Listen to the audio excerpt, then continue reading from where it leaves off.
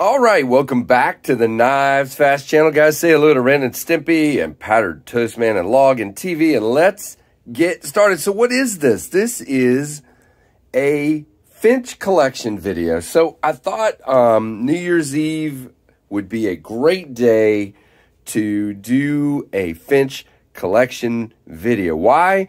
Because I still think, I thought it last year, I didn't really do a video on this because others did. I think, once again, Finch is just one of the top companies right now.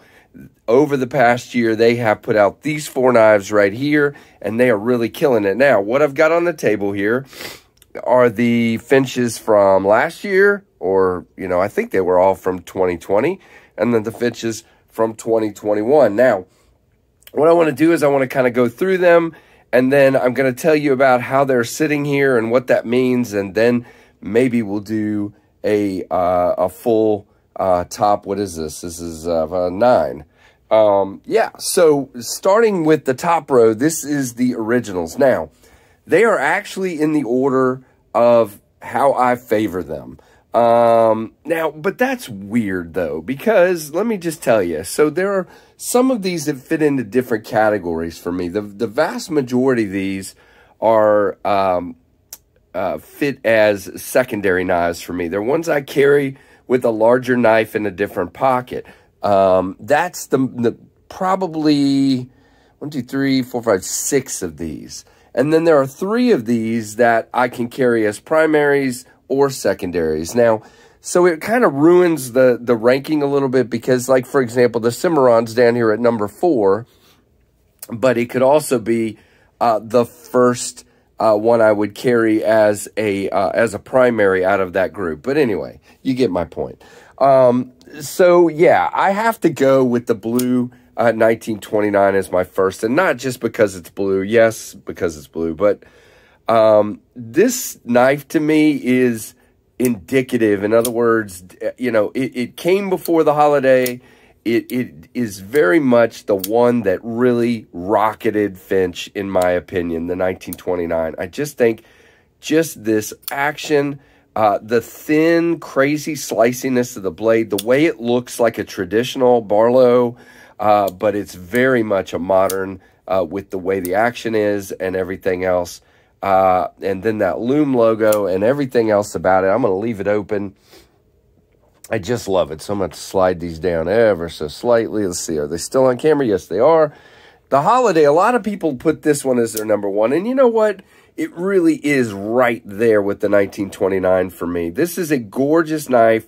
The story is amazing. The action on this one is just incredible. That flipper choil, as we call it, where you can choke up here or stay back, whichever you prefer. And again, this one is so close to being a full size. And it is a 4-finger knife for me. Most of them are. It is just, not the Ratliff, of course, but just a snappy, beautiful knife. And then they go with these awesome titanium pocket clips, and their clips are just great. The construction is great. The weight is always just right. Yeah, just great knives overall. And then, of course, I go with the Ratliff, and the Ratliff is a big one for me. It's a small one, of course, but it's a big deal for me. Because it's the first one they put out where I could say flicking the Finch instead of flipping the Finch. Of course, I love to use that nail nick to middle finger flick these guys. This one and the the Harvester. And it's just a great utility knife. Now, they're coming out with a Ratliff XL, I think, next year, and I am incredibly excited. Now, this is the Cimarron, guys, and what I meant by this one, this is one I will take fishing with me, okay? This is a great fishing, out in the woods kind of knife. And the action on this, it really is an underrated knife because the action on this one is just great as well. And I love how it tucks inside. Really, really cool. Also one of my favorites. And again, I think that one qualifies very much as a primary. Look at the size of it. Of course it does. And then you have the Takuna. Now, I've kind of put the Takuna at the end there, but it's still, this is a stunning, when you take into account the extra touches on the scales, and that crazy, you know, machete-like looking blade, This is a great one, too. It doesn't get as much pocket time as the others. And again, this would more be a primary size knife, but really, really cool. Now, the 4 from this year, I have ranked them again in how I see them. But I think that gives the devil's finger, unfortunately, a bad rap. And I'll explain that when I get to it. Now, my favorite of the year, again, not just because it's blue, but because of the styling of this, it has to be the Drifter, guys. That clip point blade just sings my song. The absolute gorgeous shape and profile of this knife, the way it fits in my hand, the way I can choke up if I want to, just a great knife. The action is good. Again, what you would expect, a shake shut, a great flick. Really easy access to everything. I have no problems with this knife. I really dig this knife. And again, it's blue. So there you go. Is it a coincidence that the 2 in each one are blue? Of course it's not. And then you have the Master middle finger flicker, the Harvester, guys. This almost went to #1 just because of that. The action on this guy, look at that. Did you see that? And if you're a flipping person, it's great. But again, I'm just the middle finger flick guy behind the camera. It's hard to find it. But just this one is a master as far as ergos. Again, the same great. I mean, again, they're all slightly different, but the same style of great titanium pocket clip. And by the way, I saw a couple of people have taken this blue clip, this clip, and made it blue. I saw a lightning anno. I think Chad had that and a couple others.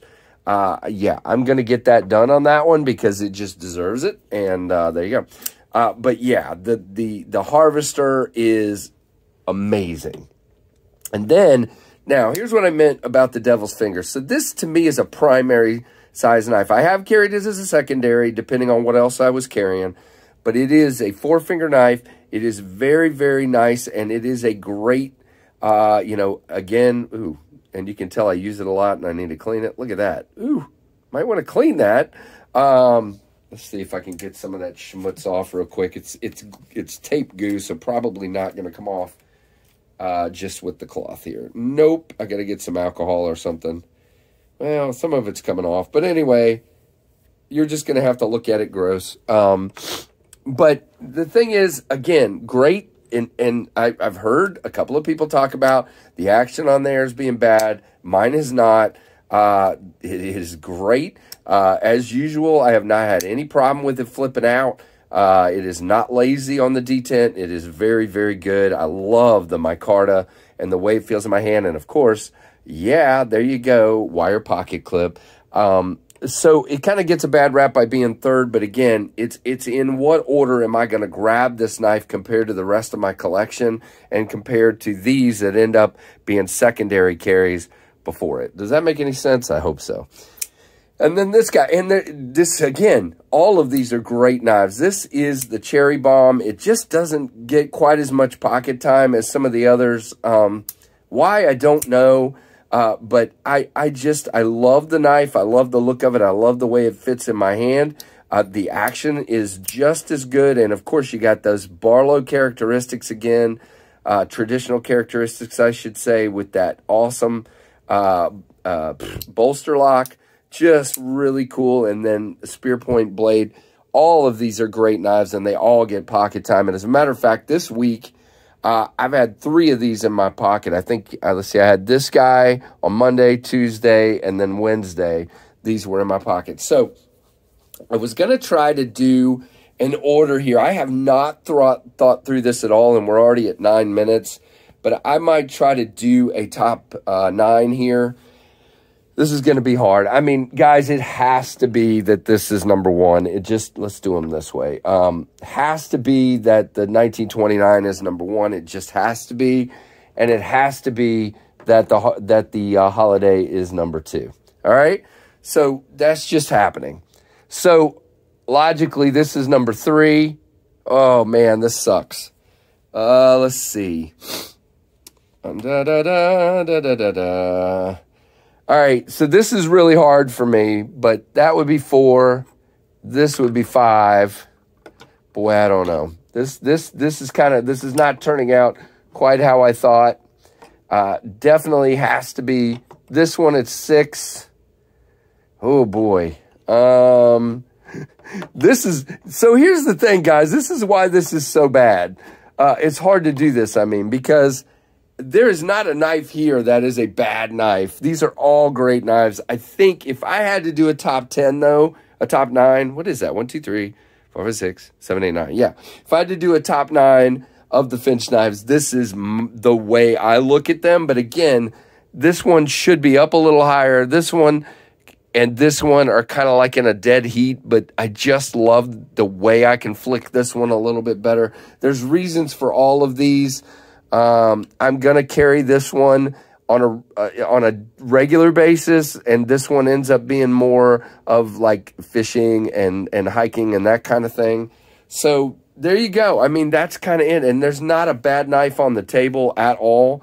I just really love them. So let me know what you think, guys. And again, I like the fact that everybody that does one of these Finch knife collections, theirs are a little bit different because they come out with so many different handle styles and colors that, I mean, I know JB's got a whole bunch of red, big red EDC. There are others that have entirely different colors on theirs, and I think that's what makes collecting Finches so cool. So let me know what you think, guys. By the way, another important thing, I am the founder, I guess you would say, along with Big Red EDC and Kevin from Lefty EDC, of the Finch Knife Owners and Collectors group on Facebook. I'll put that link down in the description. Please come join us. There are about 80 members right now. It's only been around for 3 months or maybe 4. But I'd like to see that group grow.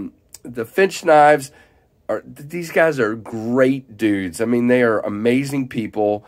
They're Americans. Yes, the knives are being produced in China, but this is an American company, and these guys are really cool, and I just want to make sure that we're supporting them. Now, you know, just come join that group and enjoy it. And thank you so much to Spencer from Finch for sending these along. And he's also sent along so many for me to give away to you guys, and there might be more coming soon to give away. But guys, it's just been so much fun watching them rise as a company, and I thought this would be a good New Year's Day, even though I've already done my kind of top 10 of the year. I thought it'd be neat to kind of do a secondary year-end video. Guys, thank you so much for watching, and please give me a thumbs up in your comment. And thanks so much for watching the Knives Fast channel.